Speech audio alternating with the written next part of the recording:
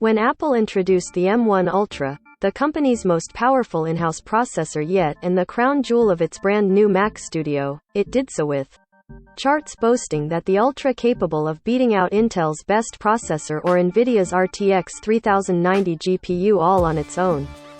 The charts, in Apple's recent fashion, denningly labeled with relative performance on the y-axis, and Apple doesn't tell us what specific tests it runs to arrive at whatever numbers it usesto then calculate relative performance. But now that we have a Mac Studio, we can say that in most tests, the M1 Ultra isn't actually faster than an RTX 3090, as much as Apple would like to say it is. Related. Apple Mac Studio Review. Finally. To hear Apple tell it, the M1 Ultra is a miracle of silicon, one that combines the hardware of two M1 Max processors for a single chipset that is nothing less than the world's most powerful chip for a personal computer. And if you just looked at Apple's charts, you might be tempted to buy into those claims. On the chart here, the M1 Ultra does beat out the RTX 3090 system for relative GPU performance while drawing hugely less power. It's a great achievement, but that's because Apple's chart is, for lack of a better term, cropped.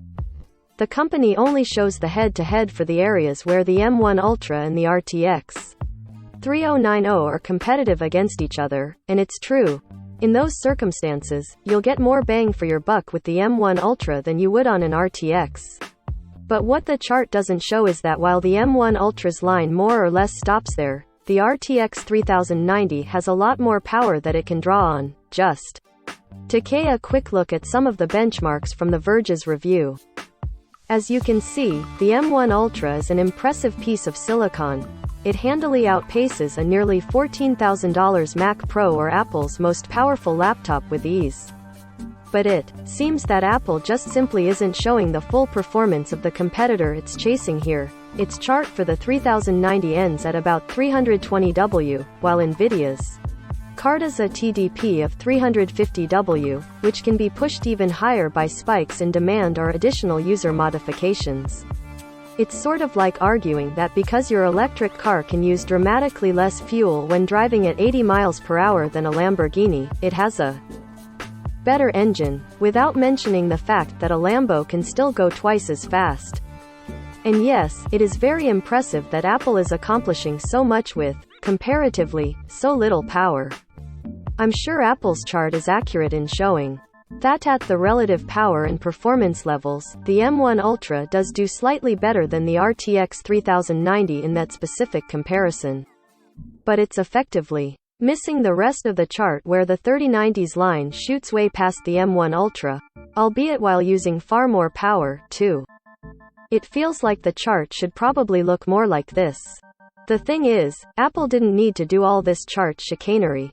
The M1 Ultra is legitimately something to brag about, and the fact that Apple has seamlessly managed to merge two disparate chips into a single unit at this scale is an impressive feat whose fruits are apparently in almost every test that my colleague Monica Chin ran for her review. Apple's Ultra Fusion interconnect technology here actually does what it says on the tin and offered nearly double the M1 Max in benchmarks and performance tests. Apple duct-taped two M1 Max chips together and actually got the performance of twice the M1 Max. No other chipmaker has ever really pulled this off.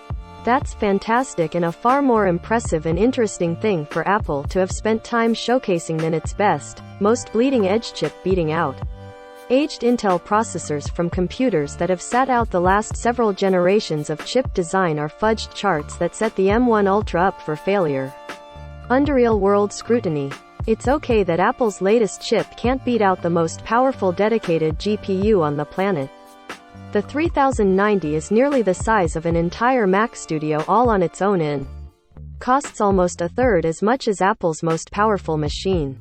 But I can't help but wish that Apple would focus on accurately showing to customers the M1 Ultra's actual strengths, benefits, and triumphs instead of making charts that have us chasing after benchmarks that, deep inside, Apple has to know that it can't match. At least, not yet. Update March 17, 2:25 p.m. Added RTX 3090 power specifications for better comparison. Correction March 17, 1:55 p.m.